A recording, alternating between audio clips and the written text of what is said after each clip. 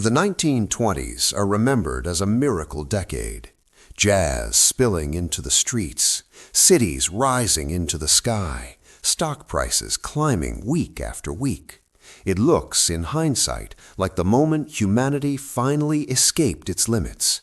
But that story is incomplete, because the prosperity of the 1920s did not begin with innovation, it did not begin with productivity, and it did not begin on Wall Street. It began quietly, behind closed doors, in an Italian palace in 1922. And it began with a decision that changed what money was, a decision that made the boom possible and made the crash unavoidable. Before the First World War, the world ran on a rule so simple it was almost brutal. Money was not a promise, it was a receipt. If you held a paper banknote, it represented a specific amount of gold. You could take it to a bank and demand the metal, and the bank had no choice but to deliver. This system was harsh. It allowed little flexibility, and it punished countries that borrowed too much. But it had one powerful feature: it enforced reality. You could not create money faster than you could mine gold. You could not promise what you did not physically possess, and governments could not escape the consequences of their decisions. Then came the war. World War I did something unprecedented. It forced governments to fight an industrial war at a scale no gold-backed system could support. Bullets had to be bought, ships had to be built, armies had to be fed, and there wasn't enough gold. So governments did the only thing they could do. They printed money, not backed by metal, not backed by savings, but backed by urgency. For 4 years, paper replaced discipline. And when the war finally ended in 1918, the world faced an uncomfortable truth. The old system was broken. Currencies were unstable. Prices surged and collapsed unpredictably. International trade froze because no one trusted anyone else's money. Everyone wanted to return to normal. Everyone wanted gold again. But there was a problem no politician wanted to say out loud. There was not enough gold left to make that possible. The amount of paper money in circulation far exceeded the metal available to support it. If every country tried to restore the old rules at once, the result would be catastrophic. Prices would collapse, debts would become unbearable, businesses would fail, unemployment would explode. In other words, a depression. So policymakers faced 3 choices. They could destroy the excess paper money and accept massive economic pain. They could officially devalue their currencies and admit people were poorer. Or they could invent something new, something clever, something that appeared to solve the problem without demanding sacrifice. In April of 1922, representatives from 34 nations gathered in Genoa, Italy. On the surface, it looked like a normal diplomatic conference: speeches, flags, formal dinners. But the real discussions were not happening in public. They were happening in private rooms, among bankers and financial officials who believed the global economy could be engineered back into stability. Their solutions sounded elegant. Instead of every country holding gold, only a few would. A small group of center nations would keep the metal. Everyone else could hold their currencies, mainly British pounds and US dollars, and treat them as if they were gold. Gold would still exist at the base of the system, but indirectly. Paper would sit on top of paper. This was the birth of the gold exchange standard. And with it, something fundamental changed. Money stopped being a direct claim on reality. It became a claim on someone else's promise. On paper, the system looked brilliant. 1 ounce of gold could now support multiple layers of currency. Liquidity expanded without new mining. Credit multiplied without immediate pain. Countries could stabilize their money without forcing citizens through brutal austerity. And almost overnight, the world felt normal again. Markets revived. Trade resumed. Confidence returned. To the public, it looked like a miracle, but the miracle had a hidden cost. The entire system depended on trust, not between citizens and governments, but between governments themselves. Every layer of money assumed that the layer beneath it would hold. As long as no one asked for the gold all at once, the illusion could survive. And illusions are powerful things. Throughout the mid-1920s, the system appeared to work. Germany stabilized. Britain reclaimed financial prestige. The United States emerged as the world's creditor. Stock markets rose as cheap credit flowed freely. To ordinary people, it felt like progress had defeated scarcity. But beneath the surface, something dangerous was happening. The same bar of gold was being counted again and again and again. Multiple claims, one foundation. A pyramid built not on metal, but confidence. The architects of the system believed they were smarter than history. They believed coordination could replace discipline, that clever design could override physical limits, that human agreement could outperform economic reality. They didn't see themselves as gamblers, they saw themselves as engineers. And for a few years, the machine appeared to work. But systems built on confidence do not fail gradually. They fail suddenly. The moment trust breaks, everyone reaches for the base asset at the same time. And that moment was already embedded in the structure in 1922. The delegates at Genoa did not intend to cause the Great Depression. They were trying to prevent one. But by choosing to stretch reality instead of confront it, they changed the nature of money itself. They made prosperity easier in the short term and collapse more violent in the long term. And while bankers were quietly rewriting the rules of finance, something else was happening at Genoa, something that exposed just how fragile trust already was, because the political world was not nearly as cooperative as the financial one pretended to be. And two delegations treated as outsiders from the beginning were about to remind everyone that confidence is not created by paperwork alone. The Genoa Conference was supposed to symbolize unity. Europe had survived the most destructive war in human history. Millions were dead. Empires had collapsed. Entire economies were in ruins. Genoa was meant to signal a fresh start, cooperation instead of conflict, stability instead of chaos. On paper, it looked promising. But beneath the formal smiles and diplomatic language, Europe was simmering with distrust. The war had ended. The resentment had not. Two delegations arrived in Genoa carrying far more tension than anyone wanted to acknowledge: Germany and Soviet Russia. Both were outsiders. Germany was the defeated power, crushed under reparations, stripped of territory, humiliated politically and economically. Its economy was unstable, its currency fragile, its future uncertain. Russia was something else entirely, a revolutionary state that had overthrown its old order and rejected the financial system the rest of Europe still depended on. Many Western leaders viewed it not just as unstable, but dangerous. Both were invited to Genoa. Neither was truly welcomed. The most important discussions, especially those about money, happened without them. The real negotiations were conducted among the victors: Britain, France, and increasingly the United States. Germany and Russia were kept waiting in hallways while decisions were shaped behind closed doors. That alone was enough to create suspicion. Rumors spread quickly. Germany feared secret deals over seized property and reparations. Russia suspected coordinated attempts to isolate and weaken it.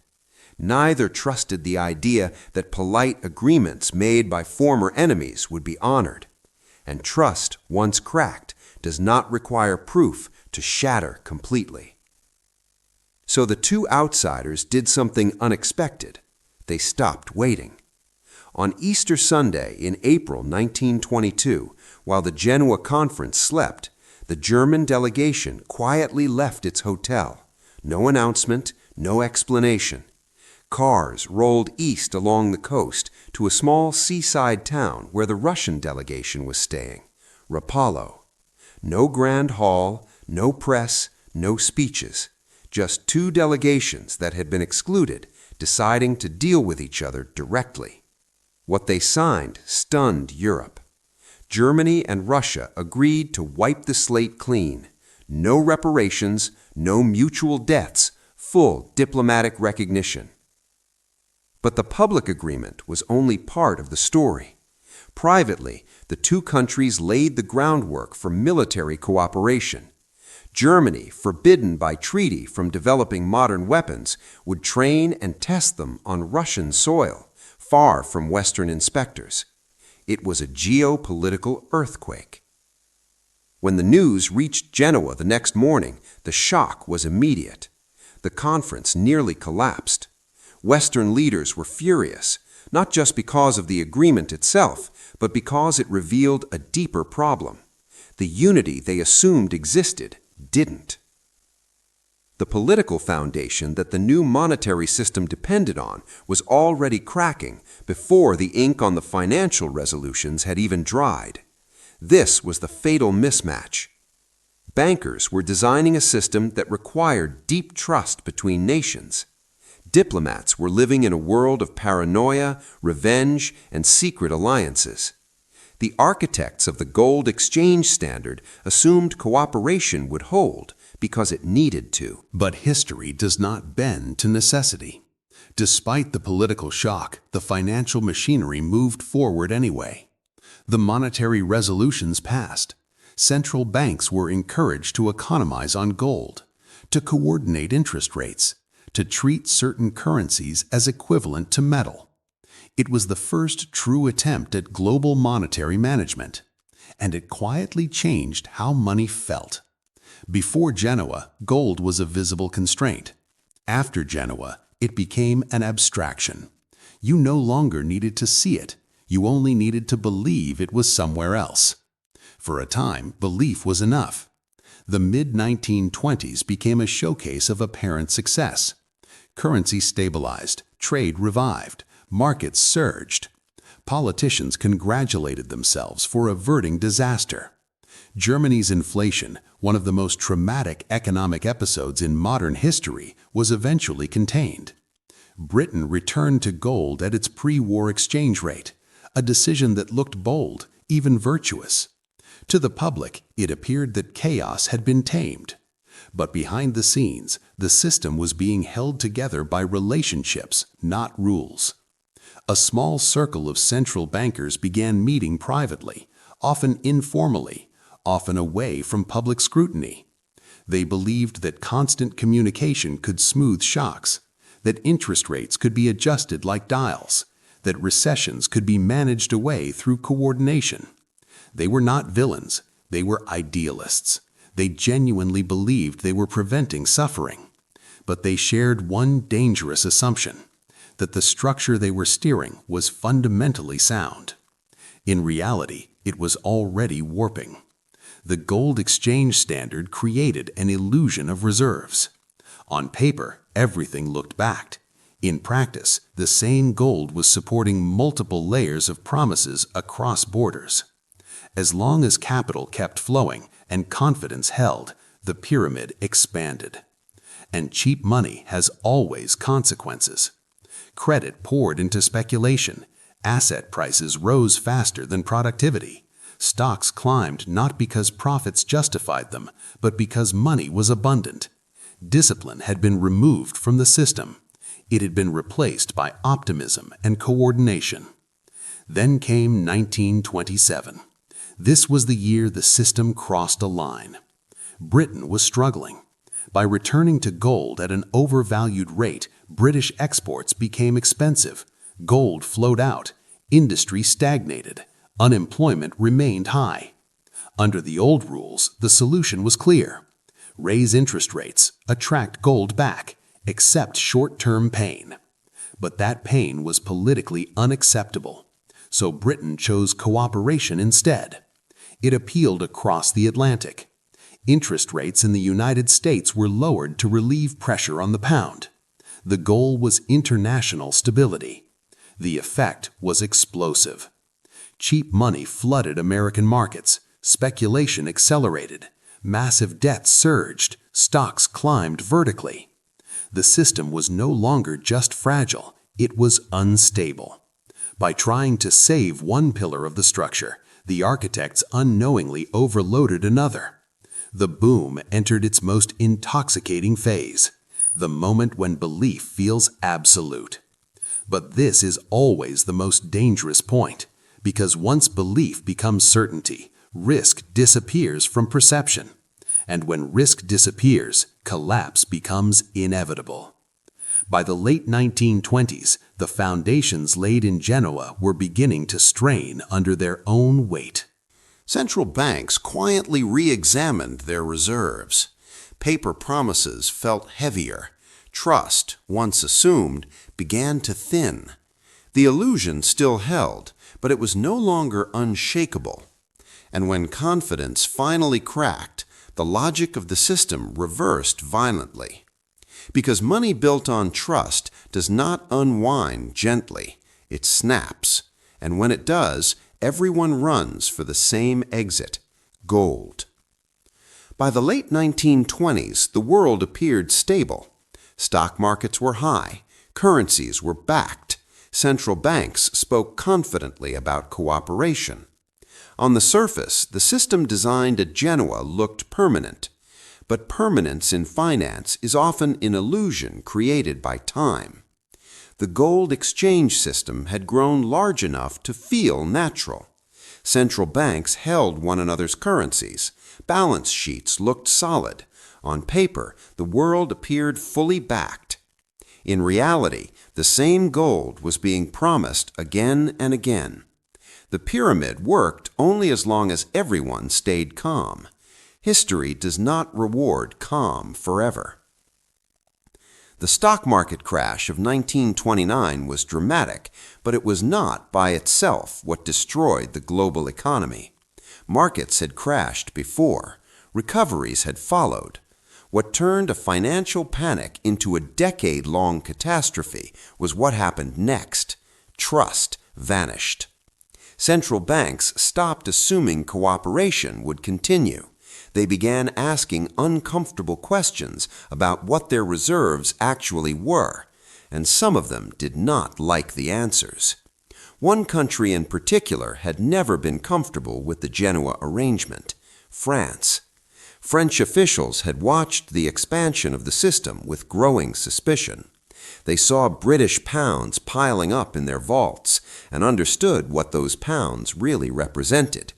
They were not assets. They were claims. Claims that depended on British gold, gold that was already under pressure. Britain's position had been weakening for years. Returning to gold at an overvalued rate had drained its reserves. Maintaining the promise required constant strain. France recognized the risk early, so it made a choice. Instead of holding paper promises, it began converting them into metal. Quietly at first. British pounds were sent back to London. Gold was demanded in return. At first, the system absorbed the pressure. This was how the gold exchange standard was supposed to work. But the logic of runs is unforgiving. Once one participant moves toward safety, others take notice. They ask the same question: what if we are last? Other countries began following France's lead. Pounds and dollars were exchanged for gold. Reserves flowed out of London and then out of New York. This was not a bank run by citizens. It was something far more dangerous: a sovereign run. Entire nations racing one another to the base asset. The gold that had been counted multiple times now had to exist in one place at one time, and it didn't. As gold drained from central bank vaults, fear accelerated. The cooperative mindset that had sustained the system evaporated. Each country acted alone. And when fear takes over, policy reverses. Instead of expanding credit to fight collapse, central banks did the opposite. They raised interest rates to defend their gold. They tightened conditions to stop the bleeding. They chose metal over markets. The result was devastating. Money did not merely lose value, it disappeared. Loans were called in. Credit dried up. Businesses failed, not because they were unproductive, but because liquidity vanished. Factories closed. Unemployment surged. Entire economies seized up. This is what transformed a recession into the Great Depression. The gold exchange system did not cushion the fall, it amplified it. A system designed to create flexibility in good times became a straitjacket in bad ones. By 1931, the pressure became unbearable for Britain. The country that had architected the system, that had persuaded the world to treat its currency as good as gold, faced the same reality everyone else feared.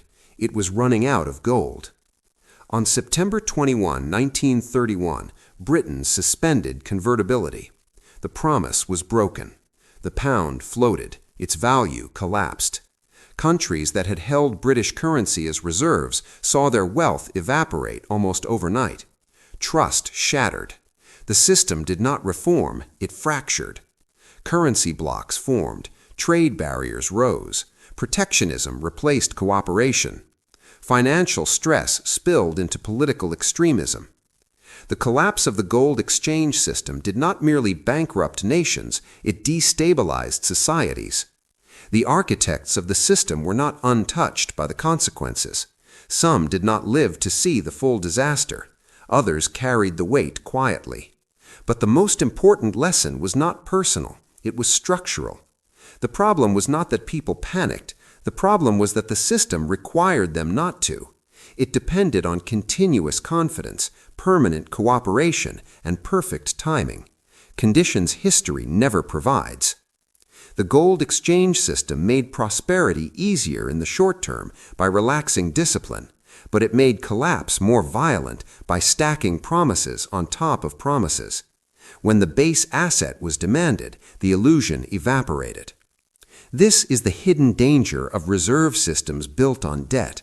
They work beautifully until they don't, and when they fail everywhere at once. By the early 1930s, the world economy lay in ruins. Trade had collapsed. Unemployment reached levels previously unimaginable. Governments turned inward. The cooperative ideal that inspired Genoa was gone. In its place were currency wars, tariffs, and desperation. Eventually, desperation turned political. The Great Depression reshaped governments, it radicalized populations, it fractured international relations, and in the background of all of it was a monetary experiment born in optimism and undone by reality. But here's the most important part of the story. The collapse of the Genoa system did not end the idea behind it. It ended only its first version. Because when the world tried to rebuild after another catastrophe, it would reach back, not to reject Genoa, but to redesign it. Bigger, more centralized, more ambitious. And that redesign would shape the modern world. When the world finally emerged from the ruins of the Great Depression and the Second World War, one belief was nearly universal. The old system had failed.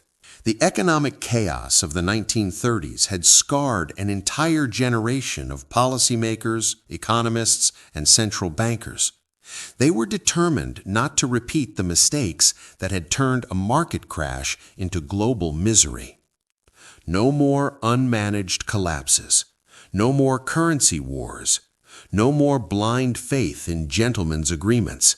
Stability would be engineered. In 1944, with the war still raging, representatives from the Allied nations gathered again, this time in a quiet resort town in New Hampshire, Bretton Woods. The goal was ambitious. Design a monetary system that could provide stability without strangling growth. A system that could deliver liquidity for reconstruction without recreating the fragility of the 1920s. On paper, it looked like a clean break from Genoa. Gold would remain the anchor, But instead of multiple reserve currencies, there would be one, the US dollar. Other currencies would be fixed to it, and the dollar itself would be convertible into gold, but only for foreign governments, not ordinary citizens. It was presented as discipline with flexibility. In reality, it was Genoa simplified. Genoa with one center instead of many. For a time, the system worked remarkably well. The United States emerged from the war with the largest gold reserves in the world and an intact industrial base. Europe and Japan were devastated. They needed dollars to rebuild. Factories reopened. Infrastructure arose from rubble. Living standards improved. The dollar became the bloodstream of global trade. And once again, success bred confidence. Confidence bred expansion. And expansion quietly rebuilt the same tension that had haunted the 1920s. To supply the world with liquidity, the United States had to export dollars. Trade deficits were not a flaw, they were a feature. But every dollar held abroad represented an implicit claim on American gold. The more the system succeeded, the more fragile it became. This was the paradox at the heart of Bretton Woods. To function globally, the reserve currency issuer had to run deficits. To preserve confidence, it had to maintain restraint. It could not do both indefinitely. By the 1960s, the cracks were becoming visible. U.S. spending surged. Social programs expanded. Wars were fought abroad. Dollars flowed outward faster than gold flowed inward. Foreign governments began to notice. Once again, the old question returned. Was the base asset really there? Some countries did not wait for reassurance. They began converting dollars into gold. At first cautiously, then with increasing urgency. The United States now faced the same dilemma Britain had faced decades earlier: defend the promise or preserve flexibility. In August of 1971, the choice was made. The gold window was closed. Quietly, unilaterally. The dollar was no longer convertible into gold. The last formal link between money and metal was severed. But just like Genoa, the system did not collapse immediately. This is important. When monetary structures fail slowly, they feel permanent. Floating exchange rates replaced fixed ones. Financial markets adapted. New tools were invented. Credit expanded. Global trade continued. The world entered the age of pure fiat money. Money backed not by metal, but by trust alone. For decades, it seemed like a triumph. Growth continued. Crises were managed. Central banks gained confidence in their ability to steer outcomes. Recessions were treated like technical problems, not existential threats. But beneath the surface, the same old dynamics returned. Debt replaced discipline. Liquidity replaced restraint. Coordination replaced consequences. Each crisis required more intervention. Each rescue demanded larger balance sheets. Each cycle pushed the system further from anything tangible. The gold exchange standard had not died. It had evolved. It had gone digital. Today, central banks hold trillions of dollars in government bonds instead of metal. Reserves exist primarily as ledger entries. Assets are promises stacked on promises. And just like in the 1920s, everything works until confidence wavers. That anxiety is no longer theoretical. In recent years, something quiet but telling has been happening. Central banks around the world have been buying gold at the fastest pace in generations.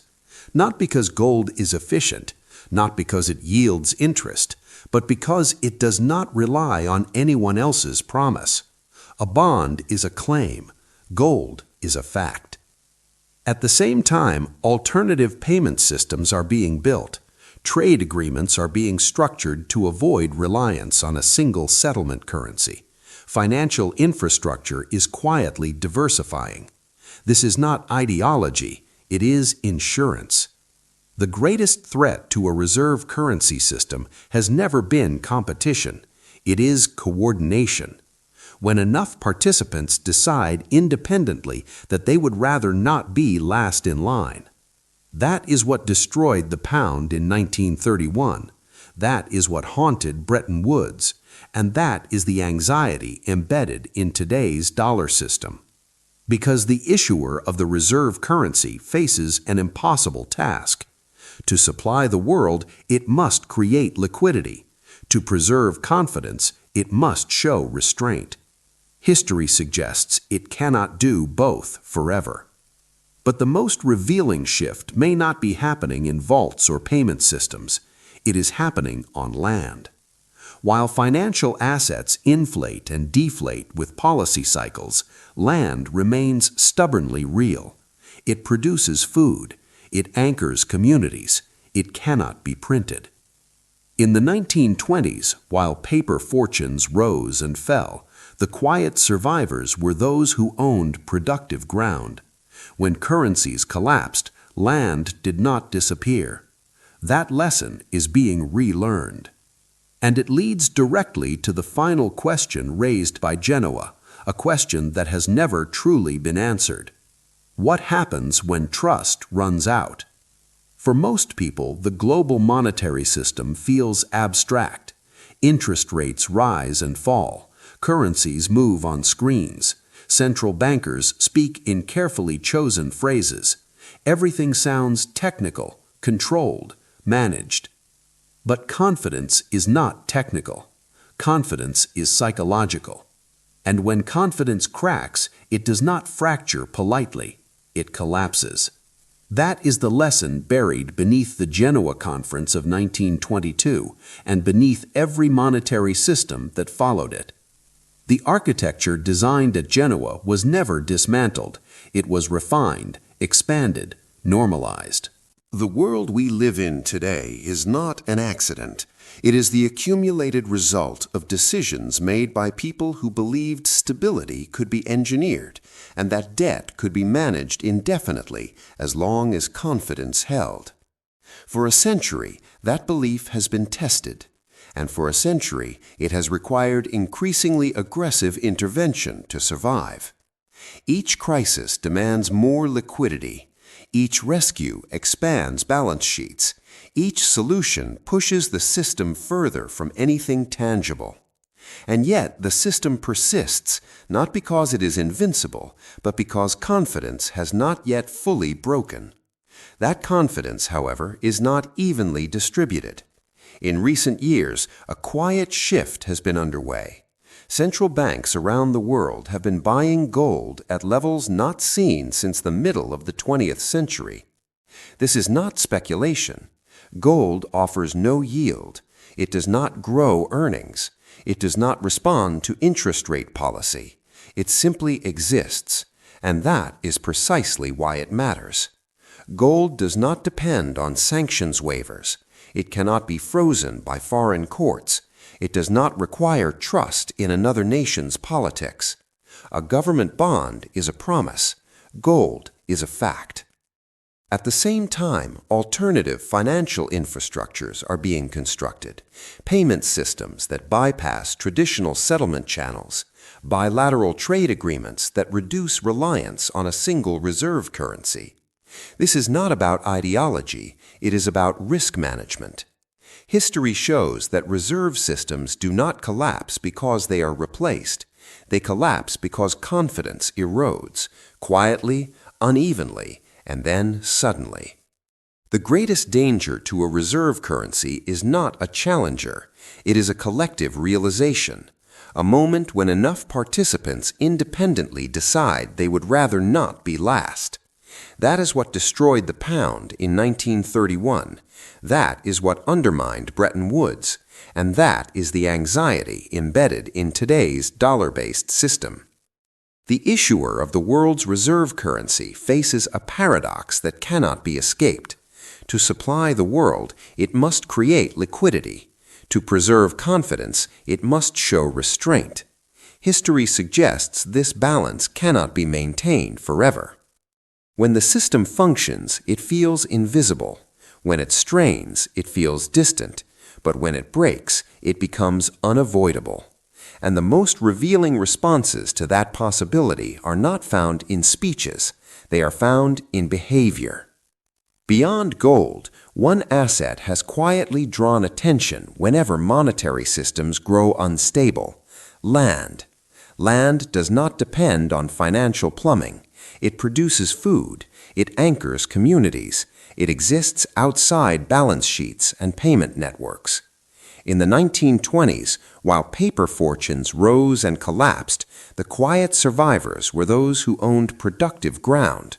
When currencies failed, land did not vanish. That lesson is being relearned. Farmland, water rights, energy infrastructure. These are not speculative fads. They are responses to a system that has drifted too far from physical reality. The mistake made at Genoa was not evil intent. It was hubris, the belief that cleverness could replace limits, that coordination could override scarcity, that reality could be postponed indefinitely. And for a while, it worked. That is what makes the story dangerous. Systems that fail immediately are abandoned. Systems that appear to work become doctrine. The gold exchange standard delivered a boom before it delivered a bust. Bretton Woods delivered stability before it delivered inflation. Fiat money delivered flexibility before it delivered fragility. Each version extended the same idea, promises layered on promises, and each version postponed the same reckoning. But reckoning is not canceled by delay, it is compounded. The Genoa Conference of 1922 was the moment the world chose ledgers over vaults, promises over metal, coordination over constraint. That choice shaped the Roaring Twenties. It shaped the Great Depression. It shaped Bretton Woods. It shaped the fiat age. And it is shaping the future now. Because when the music stops, and it always does, the assets that matter are the ones that do not rely on someone else's word. In economics, as in life, truth can be delayed, but it cannot be escaped. The bill from Genoa has been refinanced for over a century, and one day it will come due.